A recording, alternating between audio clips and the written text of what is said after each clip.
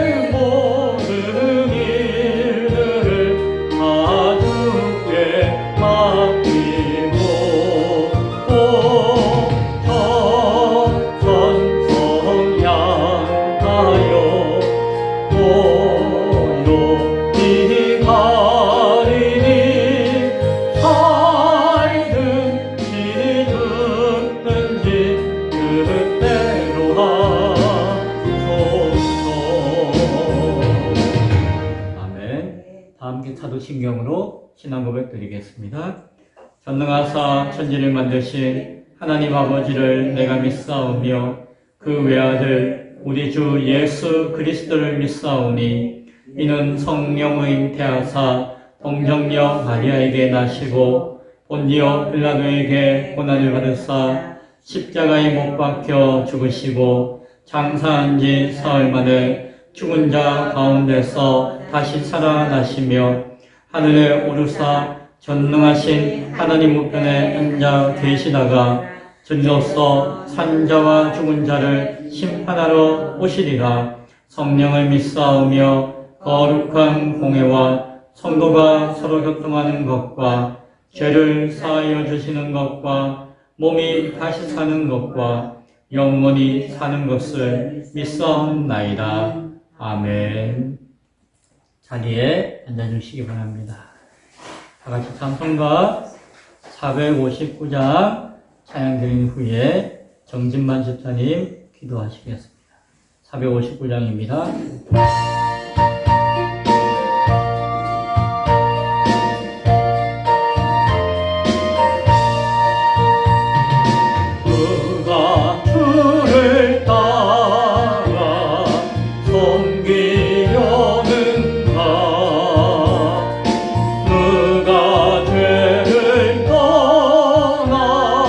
주만 따를까 주가 주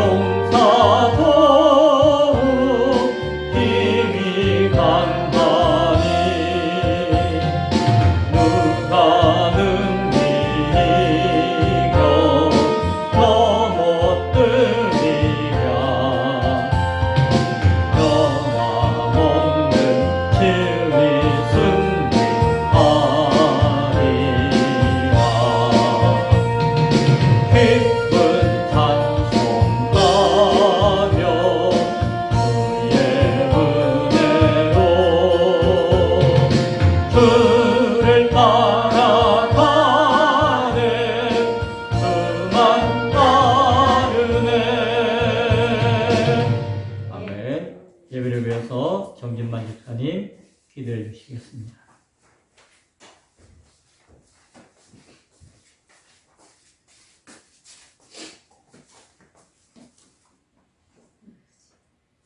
사랑과 은혜와 자비가 중성하신 하나님 아버지, 한 시간 동안 고생해 주시고 지켜주시고 은혜가 가운데 살게 하여 주셔서 거룩한 주일날 이 자리에 나와 예배의 찬양을 들을 수 있어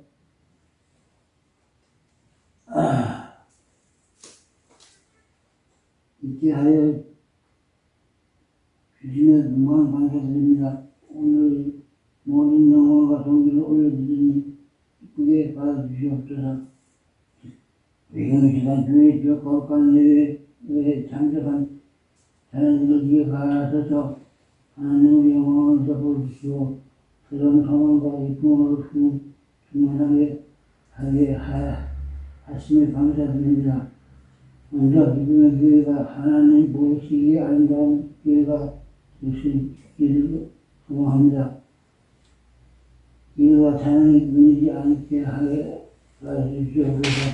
하나님 우리의 나라를 지켜주시옵소서.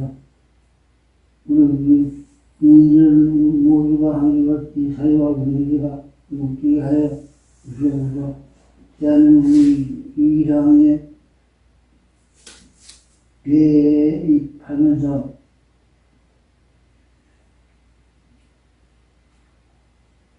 정의롭고 아름다운 나라로 대한민국 위기상에 대하여 정의로운 아름다운 나라로 발전하게 하옵소서. 세상에 비롯하고 정치인들이 진정으로 이 나라를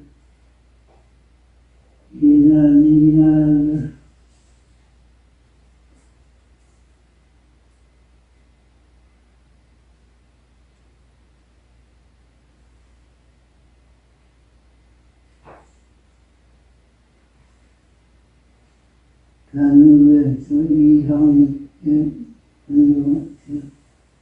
자유로운 나라로 발전하게 하소서. 세상이 바로 살리고 정치인들이 진정으로 이 나라를 위해 국민과 장로로 국정을 넓어질 수 있도록 도와주시옵소서. 모든 이전 단위에 세우시는 힘은 조문 목사님 양육관에 건강하도록 도와주시옵소서. 말씀을 듣고 모든 성도가 아멘으로 하게 하여 오늘 주신 말씀을 가지고 한 주간 동안 살아갈 수 있게 도와주시옵소서.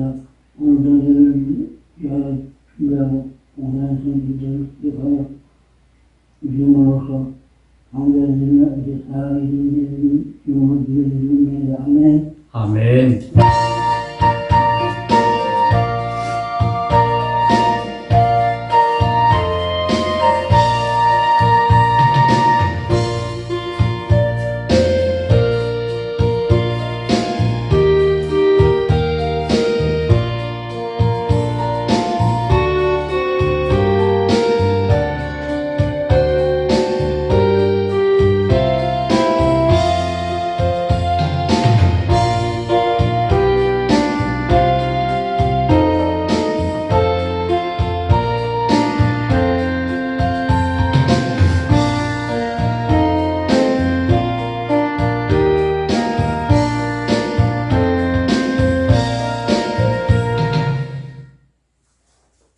하나님 말씀은 요한복음 4장 39절부터 54절까지의 말씀입니다.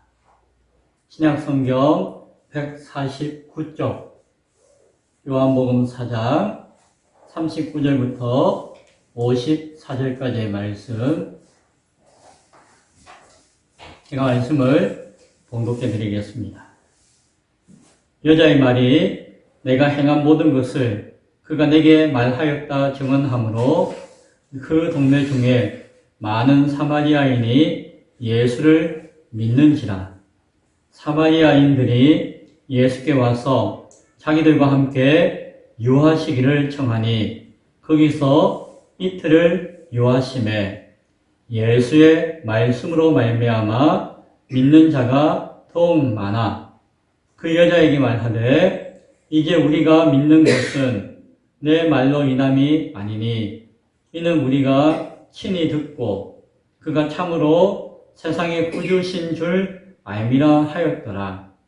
이틀이 지남에 예수께서 거기를 떠나 갈릴리로 가시며 친히 증언하시기를 선지자가 고향에서는 높임을 받지 못한다 하시고 갈릴리에 이르심에 갈릴리인들이 그를 영접하니 이는 자기들도 명절에 갔다가 예수께서 명절 중 예루살렘에서 하신 모든 일을 보았음이더라.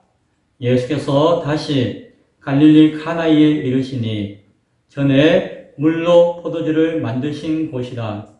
왕의 신하가 있어 그의 아들이 가버나움에서 병들었더니 그가 예수께서 유대로부터 갈릴리로 오셨다는 것을 듣고 가서 청하되 내려오셔서 내 아들의 병을 고쳐주소서 하니 그가 거의 죽게 되었음이라.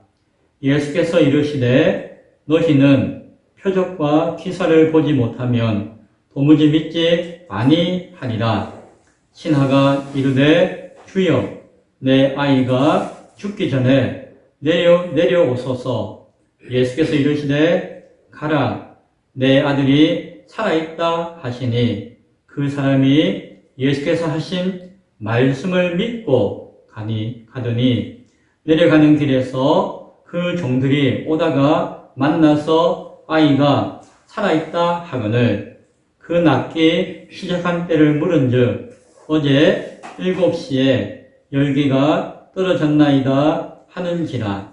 그의 아버지가 예수께서 네 아들이 살아있다 말씀하신 그때인 줄로 알고 자기와 그 온 집안이 다 믿으니라.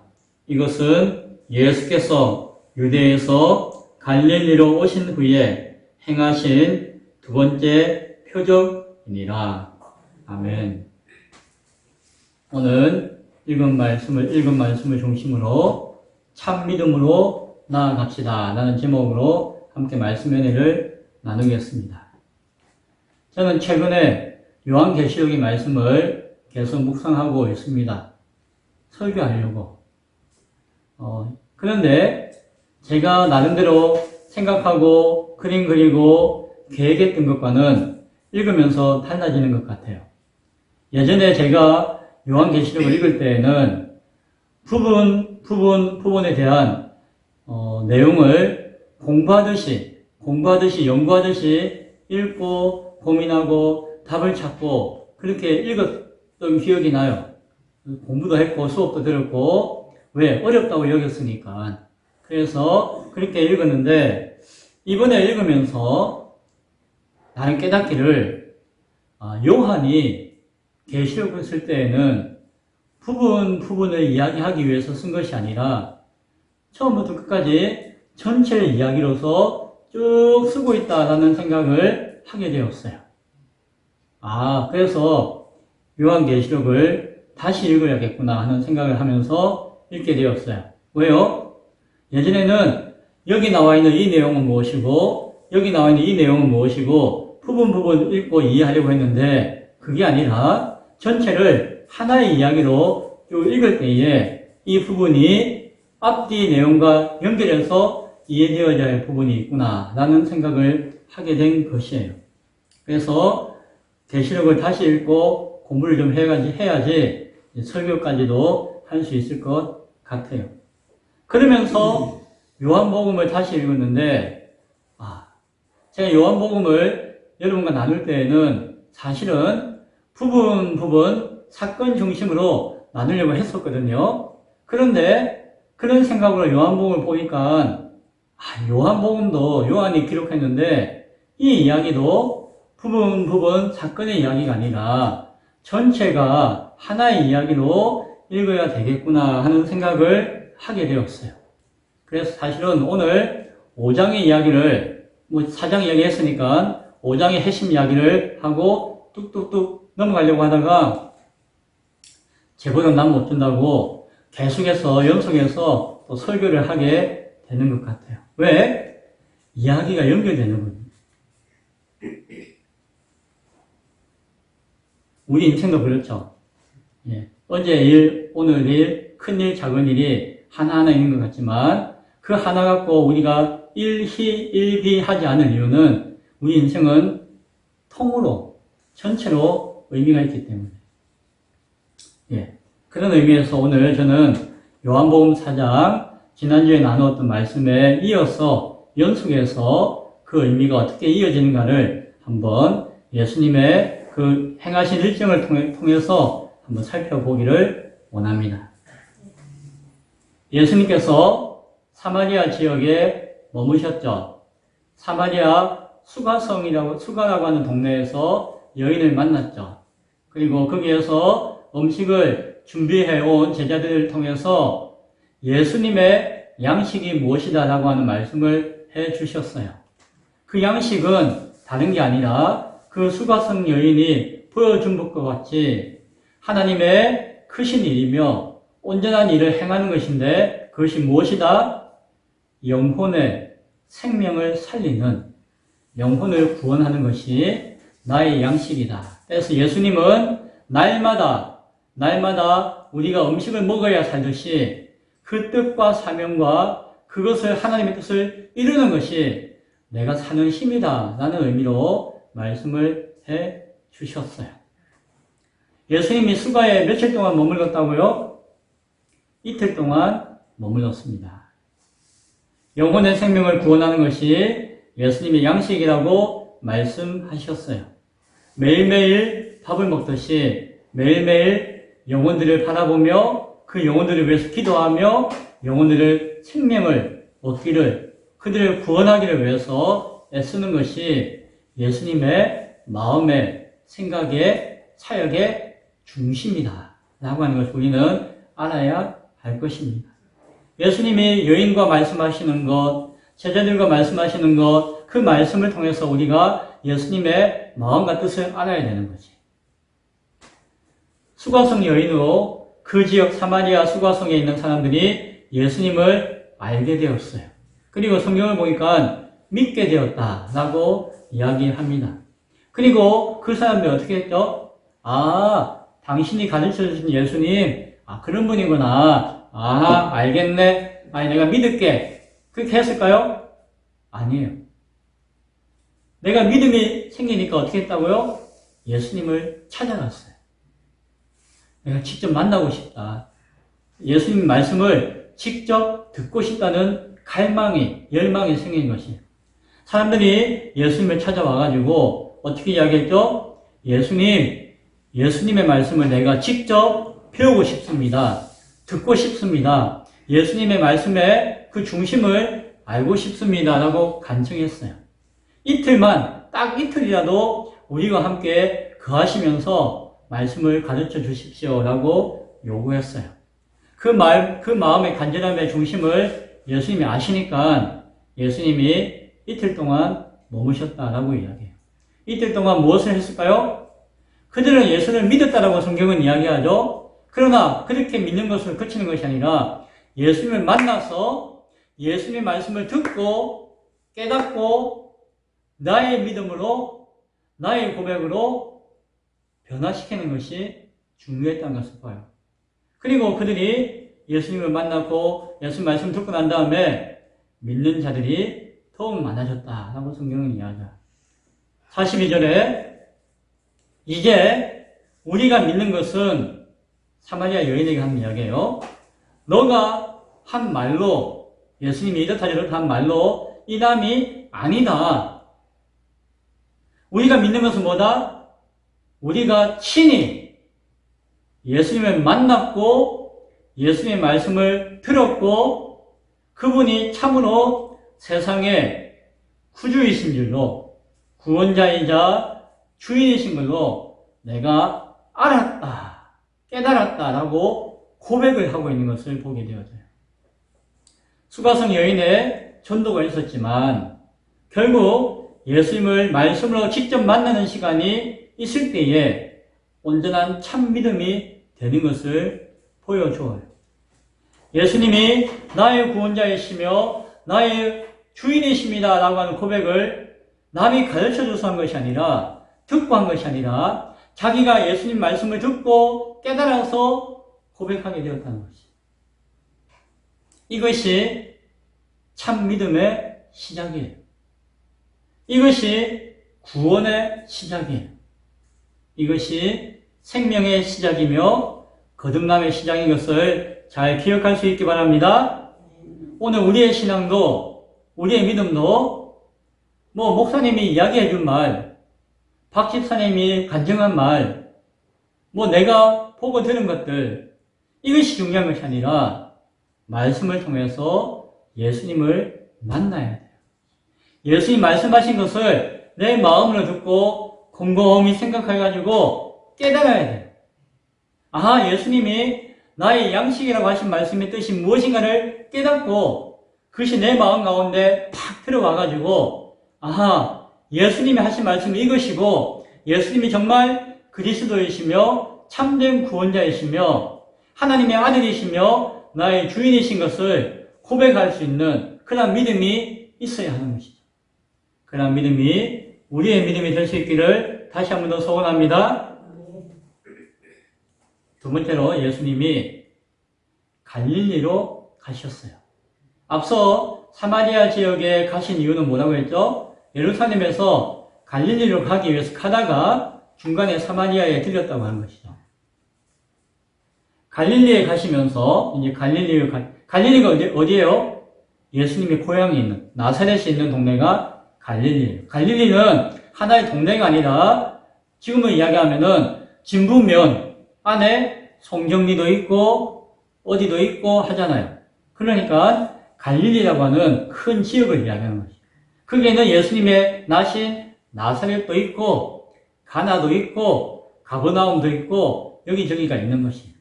이 갈릴리 지역으로 가셨다 해요. 가는 도중에 예수님이 한 말씀을 하셨어요. 선지자가 고향에서는 높임을 받지 못한다라는 말씀을 해주셨어요. 고향 가면서 왜 고향에서 선지자가 인정받지 못한다, 높임 받지 못한다는 말씀을 하셨을까요? 일반적으로 생각하면은 내 가족이 있고 형제가 있는 고향 땅이기 때문에 선지자로서의 권위를 얻기가 어렵다는 것을 의미하겠죠. 제가 신학 박사가 되었어요. 목사가 되었어요. 근데 집에 가면 뭐예요? 엄마 아들이지 뭐. 그렇죠. 집에 가가지고 어머니에게 동생에게 내가 목사다, 내가 박사다 그렇게 이야기하는 바보 멍충이가 있어요? 그 바보죠, 바보. 왜? 집에 가면 형이고 아들이죠. 그런 관계가 있잖아요. 동네 가면은 어릴 때 친구들이죠. 그 친구들 앞에 이렇게 할 게 있어요? 없잖아요. 그러니까는 그냥 일반적으로 생각해도 아무리 훌륭한 선지자도 고향 가면은 높임 받기가 어렵다라는 뜻으로 이해할 수가 있겠죠. 예수님이 내가 고향 가봤자 인정도 못 받을 건데 그런 섭섭한 마음 가운데 이런 이야기 하셨을까요? 그런 의미 이해는 되는데 그런 뜻으로 하신 이야기는 아닐 것 같아요. 그렇죠? 어쨌든 예수님이 그런 이야기 하셨어요. 아마도 자신이 가서 만나야 될 그 고향 사람들, 그리고 갈릴리라고 하는 그 지역에 있는 사람들의 믿음이, 신앙이 뭔가 조금 그렇다. 아쉽기도 하고, 부족하기도 하고, 연약하기도 한 모습들을 아시기 때문에 그들 앞에 어떻게 다가갈 것인가에 대한 마음의 부담이 혹 있지 않으셨을까라는 생각도 해요. 좀 더 구체적인 답은 나중에 또 이야기를 해볼게요. 일단 갈릴리에 갔더니 오늘 뭐라고 하죠? 갈릴리 사람들이 예수님을 영접했다라고 이야기해요. 영접했다는 것은 잘 믿고 잘 대접했다는 의미인데 또한 겉으로만 그렇지 속은 안 그럴 수도 있는 거예요. 어쨌든 그는 겉으로는 예수님을 영접했다라고 이야기해요. 환영하고 아이고 야 예수님 오셨네 하면서 막 그렇게 했다는 거예요. 그런데 오늘 요한이 그들이 예수님이 영접한 것이 예수님이 하나님의 아들이시고 구원자이시고 나의 주인이시라고 하는 확실한 믿음 가운데 영접한 것이 아닐 수 있다는 이야기를 해줘요. 뭐라고요? 45절에 갈릴리의 이름에 갈릴리인들이 예수님을 영접하니 이는 자기들도 명절에 갔다가 예수께서 명절 중에 예루살렘에서 하신 모든 일을 보았음이더라 라고 이야기해요.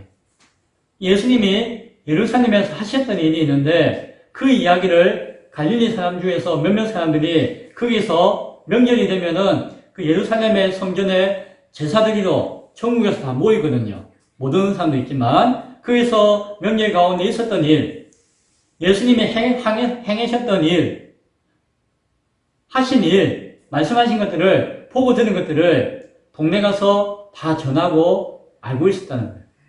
그러면 예수님이 예루살렘에서 무슨 일을 하셨죠?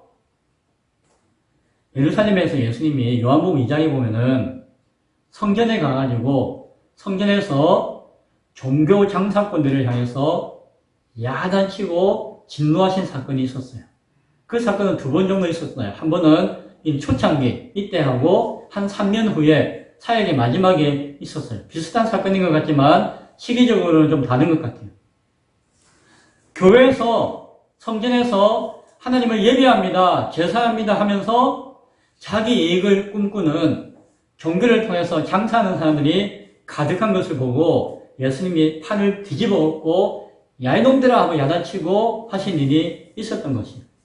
당신들은 내 아버지의 집에서 내 아버지의 집을 장사하는 집으로 만들지 말라라고 이야기했어요. 하나님을 섬기는 교회를 장사하는 터전으로 만들지 말라라는 것과 같은 이야기예요. 그리고 이 예루살렘에서도 예수님은 뭐 병든 사람을 낫기도 하고 많은 이적과 표적을 보여주셨어요. 왜냐하면은 성경에 그리스도 메시아로 오실 분들은 이런 이적과 표적을 보이실 것이다라고 예언되어 있었거든요. 그러니까 예수님이 자신이 성경이 이야기하고 있는 메시아, 그리스도라는 사실을 알려주기 위해서 성경이 예언한 내용을 그대로 이적과 표적으로 보여주었어요. 그것은 이적과 표적이 중요한 것이 아니라 무엇이다? 자신이 그리스도이심을, 메시아이심을 드러내기 위한 하나의 수단으로 삼으신 것입니다. 그런데 예루살렘 사람들은 예수님을 온전하게 알지 못하고 믿지 못했기 때문에 그냥 큰 기적을 일으키는 놀라운 능력을 가지고 있는 마치 마술사와 같이 무슨 큰 선생과 같이 여기는 것이죠.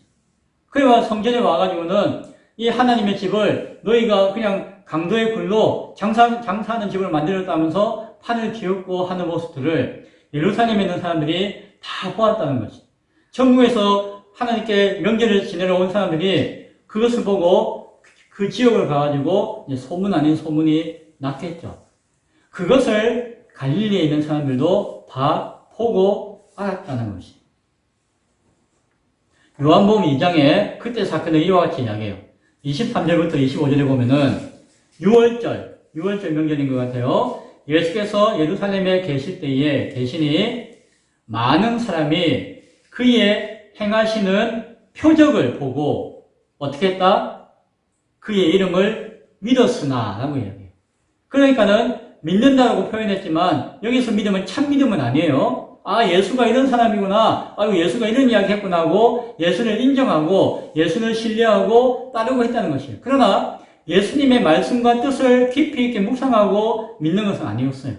무엇을 보고? 표적을 보고 믿었으나 이것이 참 믿음이 아니기 때문에 예수는 그의 몸을 그들에게 의탁하지 아니하셨으니 그들에게 먹고 마시면서 그들과 함께 교제하고 그렇게 하지 않으셨다는 것이죠. 왜? 그들이 참 믿음이 아니었기 때문에. 이는 친히 모든 사람을 아시며 뭐라고요? 그 사람의 믿는다라고 하는 믿음이 참인지 거짓인지를 아셨다는 거예요. 예수님은. 또 사람에 대하여 누구의 증언도 받으실 필요가 없었으니 아이고 당신 훌륭하십니다. 아이고 당신 놀랍습니다. 아이고 당신 대단한 선생님이십니다. 라고 막 칭찬하고 하는 이야기를 예수님이 필요하다 필요 없다? 그런 이야기 필요 없다는 것입니다.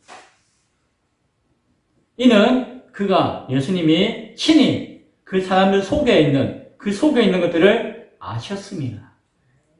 아이 나 예수 믿습니다. 예수님 압니다. 아이고 훌륭합니다. 막 칭찬하고 해도 그것이 중심이 뭔지 아셨기 때문에 예수님은 그들과 교제하거나 의지하지 않으셨다라고 이야기해요. 그들은 예수님의 겉모습을 보고 자기의 필요에 따라서 예수님에게 왔던 사람들이기 때문에 그 사건이 예루살렘에서 있었던 것입니다. 그들 중심에는 이기적인 마음으로 거짓된 믿음으로 예수님을 믿는다라고 하면서 예수님을 내가 안다라고 증거하지만은 예수님은 그 중심을 아시기 때문에 그들이 거짓된 믿음을 신뢰할 수가 없었다라고 말씀해 주고 있습니다. 이런 거짓된 믿음과 거짓된 믿음의 사람들이 갈릴리에는 더 심했을까요? 안 했을까요? 더 심했을 것 같아요. 왜요? 자기들은 예수를 예루살렘에 있는 사람들보다도 훨씬 더 잘 안다라고 생각했기 때문에. 왜요? 뭐 어려서부터 내가 봤는데, 뭐 저 사람 뭐 크는 거 내가 다 봤는데, 자기가 예수님을 훨씬 더 잘 안다고 여겼기 때문에 그들은 오히려 예루살렘 사람보다도 더 온전치 못한 그냥 믿음 가운데 있었을 것이다. 예수님을 더 잘한다라고 착각했기 때문에. 세 번째로 예수님은 갈릴리에 가나로 가셨습니다. 앞서 갈릴리의 사건이 어디에서 있었는지는 정확하게 몰라요. 고향 나사렛에 있었든지 아니면 예수님이 초창기에 제자들을 모으고 사역했던 가브나움에 있었는지 잘 몰라요. 어쨌든 그런 일이 있고 난 다음에 예수님이 가나라고 하는 동네로 가셨다라고 이야기해요. 예수님의 제자들을 처음 불렀을 때에 이제 막 제자들이 불러가지고 예수님이 막 이제 공생을 막 시작할 때에 여전히 자기 고향 땅에서 어머니와 같이 지낼 때에 그때에 고향 땅 나사렛에서 얼마 떨어지지 않는 가나라고 하는 동네에 혼인잔치가 있었어요. 아마 예수님의 집안 잔치였을 수도 있어요. 아니 뭐 동네 진부에 뭐 다 그 사람이 한 다리 건너면 다 알잖아요. 그렇죠? 아마도 뭐 그 당시에도 그렇게 알았을 것이에요. 그래서 그 혼인잔치에 예수님과 예수님의 어머니가 갔어요. 그런데 어머니가 아마 잔치에 섬기는 일을 했던 것 같아요. 그러니까는 아마 친척 좀 되겠죠. 그런데 잔치를 막 하는데 포도주가 없어졌어요. 음료수가 떨어진 거예요. 그러니까 어머니가 예수님한테 예수야 하니까 좀 이상하네. 예수님이라고는 안 했을 것 같아요. 어쨌든 예수님께 포도주가 떨어졌으니까 포도주를 좀 가지고 와라라고 이제 부탁을 한 거예요. 아들에게. 뭐 그때는 아직 예수님이 막 하나님의 아들로서 모습이 없었고 드러내지 하기 전이니까. 그런데 그때 어떤 사건이 있었죠? 그 가나의 혼인잔치에서 예수님이 그 항아리에 물이 가득한 게 6개가 있었는데 거기에서 여기 포도주가 있습니다 라고 하면서 물을 포도주로 바꾼 사건이 있었어요. 그게 하나의 기적이었죠. 표적이었죠. 이적이었죠. 그게 첫 번째로 예수님이 보여주신 표적이었어요. 그 사건이 어디에서 일어났다고요? 가나. 예수님 살던 동네, 옆 동네 가나에서 있었던 것이에요. 오늘 그 가나에 예수님이 가시는 거예요. 그러니까 그 동네 사람들이 예수님을 뭐라고 생각하고 있었을까요? 저 표적을 일으키는, 마술을 일으키는 능력 있는 예수라는 사람, 내가 잘 알지. 그 마리아 아들. 그런데 그가 소문을 듣다 보니까는 아주 훌륭한 선생이 돼가지고 저 예루살렘에서 많은 사람들이 가르치고 막 더 놀라운 기적을 일으키고 뭐 성전의 나쁜 놈들을 다 때려잡고 뭐 그런 일이 막 전해진 거예요. 갈릴리 가나에 있는 사람들이 예수님을 어떻게 바라보았는지 모르겠어요. 아마도 앞서 생각했듯이 온전한 믿음 가운데 바라보지는 못했을 것이에요. 왜? 나는 예수를 잘 안다라고 생각하기 때문에. 어쨌든 그때 가나에 갔을 때에 한 사람을 만나게 되었습니다. 누구예요? 왕의 신하예요. 왕의 신하. 이름은 몰라요. 안 나와 있어요. 그런데 당시 헤롯 왕의 아마 관리인 것 같아요. 왕의 직속 어떤 부하인 것 같아요. 근데 그 신하가 예수님을 찾아왔어요. 그 신하는 사는 동네는 가나가 아니고 저 밑에 가브나움이에요. 예. 그런데 가브나움이 어딘가 하니 여기 가나라는 동네하고 가브나움이라는 동네는 거리로 따지면은 길이 한 40km 돼요. 걸어오는데 한 대여섯 시간 이상 걸리는 거예요. 근데 직선으로 쭉 따지면은 거리는 한 10km 안 돼요. 그럼 뭐예요? 바로 올 수가 없고 꾸불꾸불 해서 와야 되는 거예요. 왜 그럴까요? 여기 진부하고 강릉하고 비슷해요. 대관령하고. 여기 가나는 아주 높은 산 위에 동네고, 이 가브나움은 저 밑에 바닷가 호수죠. 호수 밑에 있는 동네예요. 그러니까 높이가 거의 1000m, 태백산맥 정도는 안 돼도 높겠죠. 그러니까 거기를 올라오면은 쭉 못 올라오는 거예요. 그럼 어떻게 해요? 대관령 고개 넘어오듯이 꾸불꾸불해서 산을 넘어와야 돼요. 그래서 그 가브나움 낮은 동네에서 이 가나는 올라가는 것이고, 가나에서 이 가브나움은 내려가는 것이고, 그리고 거의 하루 걸리는 길이에요. 직선 거리는 얼마 안 되지만, 그러나 한참 돌아가야 되기 때문에 시간이 많이 걸리는. 이 가브나움에서 이 왕의 신하가 예수님을 찾아온 거예요. 왜요? 예수가 갈릴리에 왔다. 그리고 가나에 간다. 라는 소식을 듣고 불이 났게 하루 종일 시간 걸려가지고 그 산길을 올라와가지고 예수님을 찾아온 것이. 와서 뭐라고 이야기했죠? 예수님, 지금 가브나움 내 집에 내 아들이, 하나밖에 없는 아들일지 몰라요. 아들이 지금 병이 되었는데 죽어가고 있습니다. 숨이 꼴딱꼴딱 넘어가고 오늘 내일 이제 보장 못할 것 같습니다. 의사들 많이 왔겠죠. 왕의 신하 정도 되면 좀 잘 사니까 아무도 낫지 못하고 점점 시름시름 알아가고 병들어가고 소망이 없는 거예요. 그러니까 아들이 죽어가니까 어떻게 해요? 능력이 많고 기적을 일으키고 그리고 힘이 좋은 위대한 선지자라고 막 칭찬받는 예수가 자기 고향 땅에 왔다는 소식을 들으니까 이 왕의 신하가 막 산길을 쫓아가지고 몇 시간이 하루 종일 걸려서 올라온 거예요. 내 아들을 살려주세요. 병든 내 아들을 고쳐주세요. 그 마음이 얼마나 간절했을까요? 그렇죠. 예수님이 하시는 이야기가 너희는 표적과 기사를 보지 못하면 도무지 믿지 아니하니라 라고 이야기했어요. 하나는 핀잔 같은 이야기일 수도 있어요. 말씀을 듣고 진실을 알고 신앙해야 되는데 이 표적과 기사 하나의 수단이고 방편인데 이게 아니면 온전히 믿음으로 가지 못하는 한계에 머물러 있는 사람들이 많구나 라고 하는 안타까움이 있는 것이에요.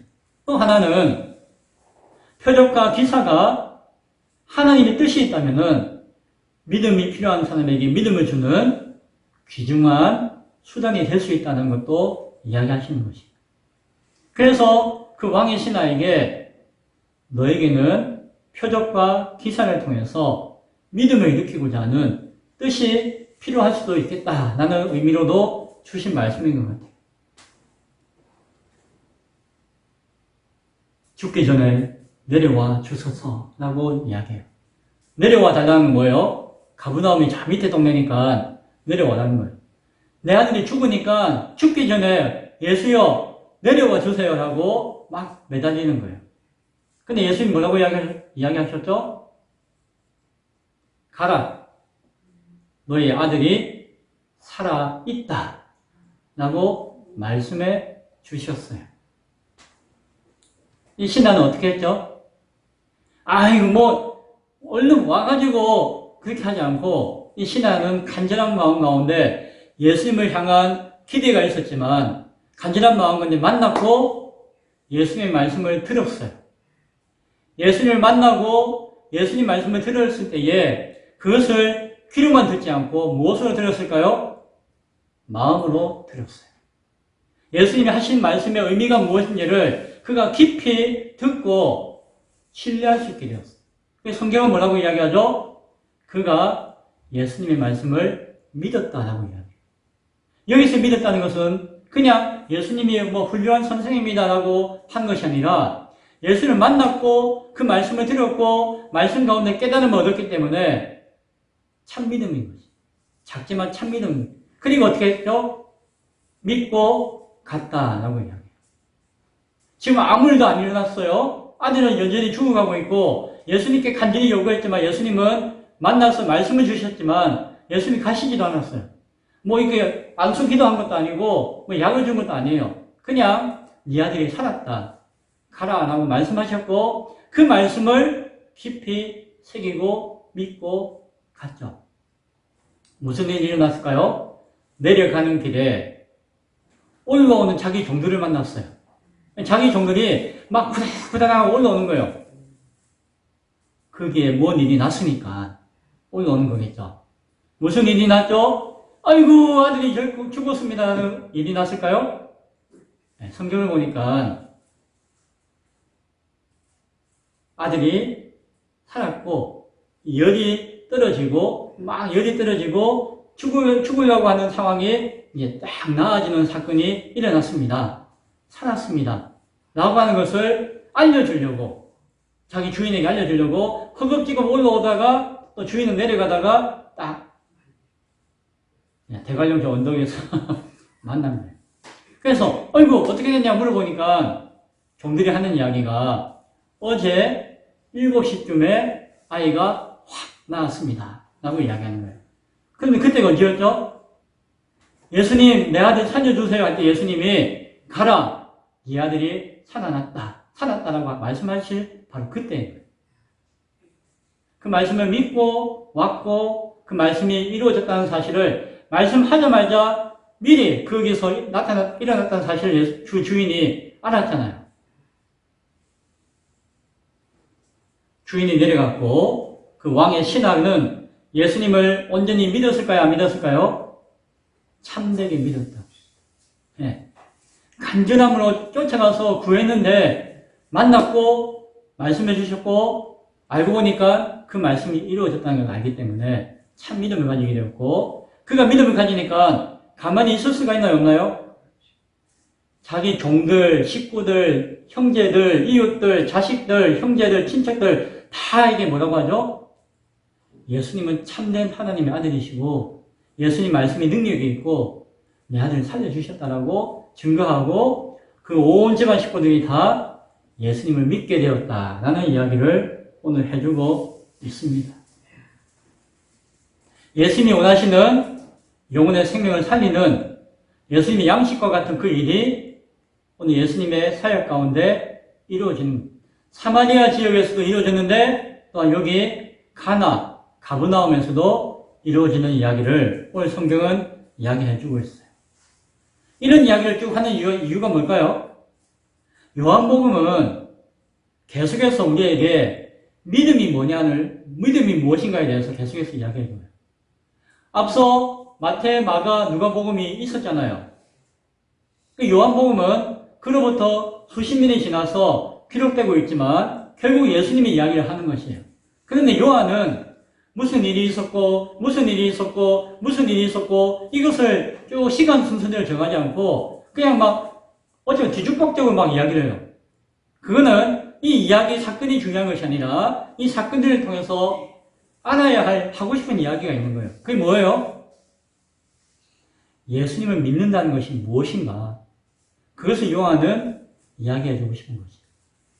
예수님 이후에 복음서 이후에 사도행전을 통해서 교회가 많이 들어섰지만 수십 년이 지나서 요한이 볼 때에 그것이 참된 믿음과 참된 교회로도 막 성장하고 있지만 또 상당히 많은 사람 가운데 거짓된 믿음과 자기 이익을 위한 믿음과 예수님을 팔아먹는 믿음과 뭐 교회에서 장사하는 믿음과 그런 것들로 뭐 얼룩덜룩하고 있다는 것이.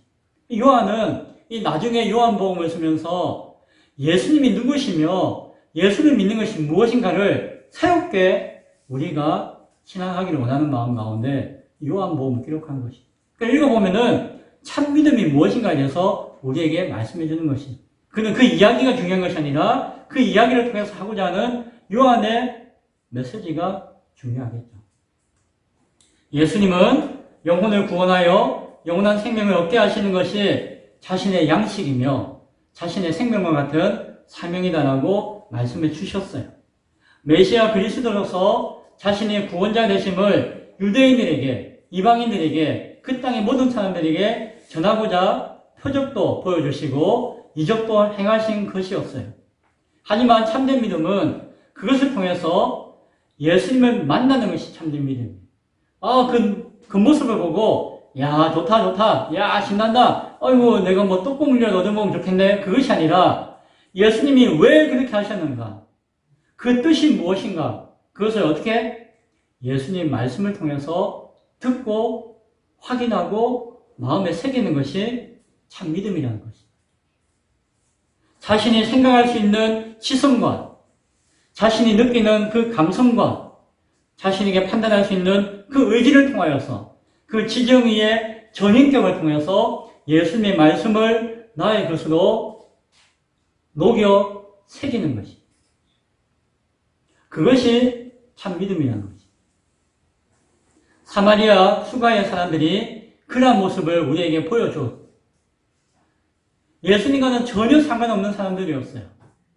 그러나 그들이 예수님을 온전히 믿는 믿음을 우리에게 증거해주고 요한은 갈릴리 사람들은 예수님을 너무너무 잘 아는 사람들이었어요. 그러나 그들은 예수님의 표적과 이적과 행하신 외적인 모습을 가지고 예수님 앞에 더욱 진실하게 다가오지 않았어요. 왜? 난 예수 다 아는데 뭐. 예루살렘에서의 사건들과 그것을 전하는 사람들의 말을 건네들었을 뿐, 그 자신이 생각하고 있는 예수는 이렇게 저렇게 하는 것을 생각하고 있을 뿐, 정말 나에게 꼭 필요한 나의 구원자라는 사실을 믿고 의지하며 간절한 마음 가운데 나아가지 못했다는 것입니다. 그러니까 예수님의 말씀을 진실한 중심을 받을 수가 없었던 것이죠. 하지만 왕의 신하는 어떠했죠? 자신이 가지고 있는 문제, 내 아들의 생명이 달려있는 그 문제를 들고 예수님께 나아갔어요. 그냥 단순히 믿는 것이 아니라 주님을 만나고자 애쓰고 주님의 말씀을 듣고 확신 가운데 경험할 수 있었어요. 가라, 너의 아들이 살아있다. 그리고 그 말씀을 믿었어요. 예수님께 간절히 나아가 예수님을 만나고 예수님 말씀을 듣고 그 말씀을 의지할 때에, 붙들 때에 참 증인이 될 수 있었고 그의 모든 일가족들이 다 예수를 믿을 수 있게 되었어요. 알아요, 사람들은. 저 가봐, 좋아, 믿어, 훌륭해 라고 하는 것과 정말이야 라고 하는 말의 그 중심을 듣는 사람은 알아요. 우리가 하나님을, 예수님을 진실로 만나서 내가 그 말씀의 역할을 경험하고 그 감격에 있을 때 전하는 것과 교회 나오세요. 예수 믿으세요. 믿으면 좋아요. 내가 말씀 가운데 예수님 만나지 못한 상황에서 확신 없이 전하는 것과는 천지 차이인 거지. 오늘 이 시대는 참 믿음을 보기가 어려운 시대예요. 점점점 그렇게 되어가고 있습니다. 이 시대가 예수님께 요구하고 원하는 것은 뭘까요? 표적과 기적입니다. 육체의 정욕과 안목의 정욕과 이생의 자랑이 예수님을 통해서 하나님을 통해서 내 인생과 내 삶에 이루어지기를 원하는 소원이 그런 소원 가운데 믿음으로 나아간다고 생각하는 사람들이 많아요. 나에게 필요한 것들, 나에게 이루어지기 원하는 것들, 그것이 아버지의 예수님의 그 중심과 뜻과 말씀의 의보다는 먼저 앞세워져서 그것이 예수를 잘 안다라고 착각하면서 예수님의 중심으로 나아가지 못하게끔 자신을 막고 있는 것입니다. 그것은 예수님을 믿는다고 하지만 그것은 결국에는 거짓된 믿음이 되어질 것이고 오히려 그것은 적 그리스도를 향해 나아가는 믿음이 될 수 있음을 잘 기억해야 할 것입니다. 예수님이 하신 말씀이 무엇인지를 우리 다시 들어야 돼요. 그리고 깨달아야 합니다. 예수님이 하신 말씀을 통해서 우리가 어떻게 살아야 하는가, 무엇을 해야 하는가를 알아야 합니다. 그것이 믿음이고 신앙이에요. 내 삶의 중심이 바뀌어야 됩니다. 세상을 향한 욕심과 세상을 향한 마음이 가득하면서도 그게 더하기 예수 믿고 천국 가서 영원히 그 욕심을 누리고 싶어야 하는 그러한 욕심쟁이로서 머물러 있지 않고 진실한 마음 가운데 우리가 변화되어져야 합니다. 새롭게 태어나듯이 바뀌어야 한다는 것이죠. 영혼의 구원을 향한 예수님의 마음을 알면은 우리가 그냥 살아있을 수가 없어요. 그 마음대로 살고자 애쓰고 그 생명이 전하는 사명이 나의 양식이며 나의 사명이 되어야 하는 것입니다. 내가 보고 경험한 예수님도 중요하지만 예수님이 하신 말씀 가운데 주시는 그 뜻을 깨닫고 그 뜻 가운데 살며 전하는 것이 더 중요한 것입니다. 왜냐하면 거기에서 참된 믿음이 나오기 때문입니다. 말씀을 맺습니다. 오늘 요한복음에 기록되어진 예수님의 행적을 통해서 참 믿음이 무엇인지를 한번 생각해 보았습니다. 비록 예수님을 찬양한다라고 여기는 갈릴리 사람들과 같은 교회의 모습이 우리 가운데 있다 할지라도 우리는 우리의 중심과 진심을 들고 예수님께로 나아가야 해요. 그리고 예수님 앞에 그 말씀 앞에 나아가서 그 말씀을 통한 주님의 중심을, 마음을 깨달을 수 있어야 할 것입니다. 그 말씀으로 나의 믿음의 기준을 삼을 수 있어야 할 것입니다. 내 인생의 문제가 해결되는 것이 전부가 아니라 그 깨닫게 하시는 말씀 가운데 있는 내 인생의 근원적인 문제, 영원한 갈증과 배고픔이 예수님이 주시는 그 영원한 생명 가운데, 생수 가운데 채워질 수 있음을 깨닫고 또한 그것이 나의 사랑하는 형제들과 이웃들과 자녀들과 모두에게 필요한 것인 것을 알고 영혼 구원과 생명을 전할 수 있는 그 사명으로 살아갈 수 있는 우리 모두가 될 수 있기를 간절히 축원드립니다. 하나님 감사합니다. 예수님이 사마리아 수가성을 거쳐가시면서 갈릴리 지역을 지나가시면서 행하셨던 행적과 말씀을 살펴봅니다.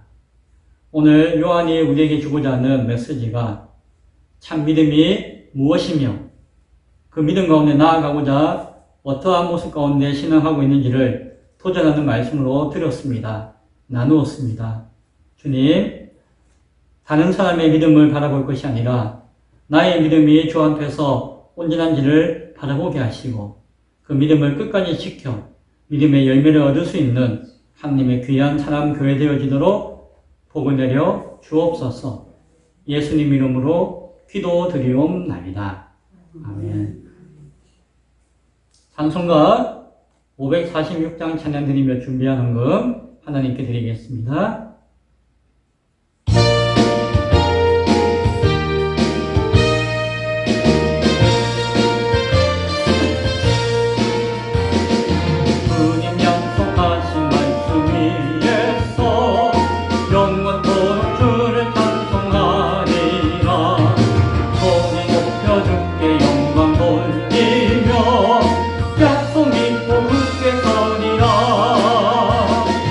굳게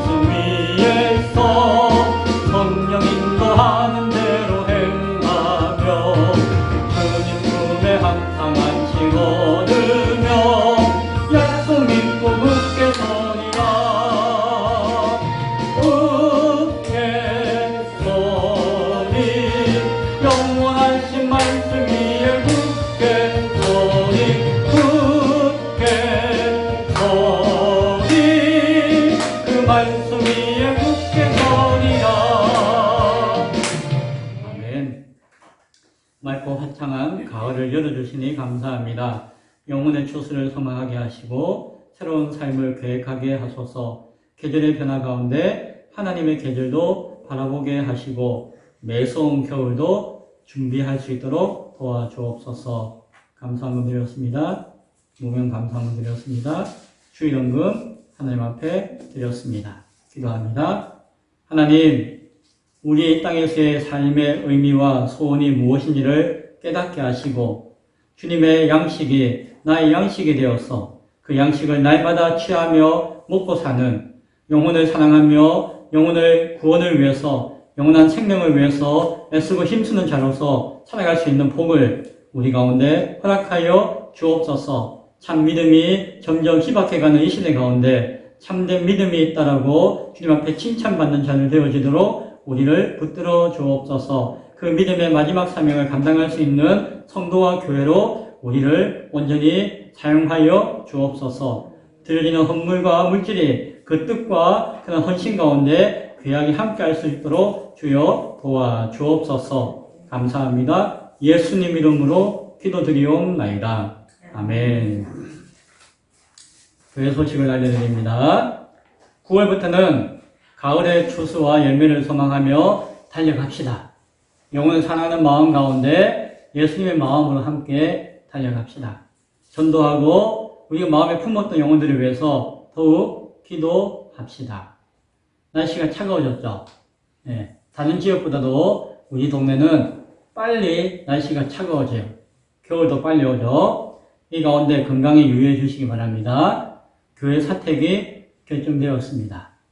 어머니 거처도 결정되었어요. 이사하려면 한 달 정도 남았지만 그 준비하는 과정 가운데 우리의 그림과 우리의 꿈이 더 구체적으로 이어질 수 있도록 함께 기도해 주시면 감사하겠습니다.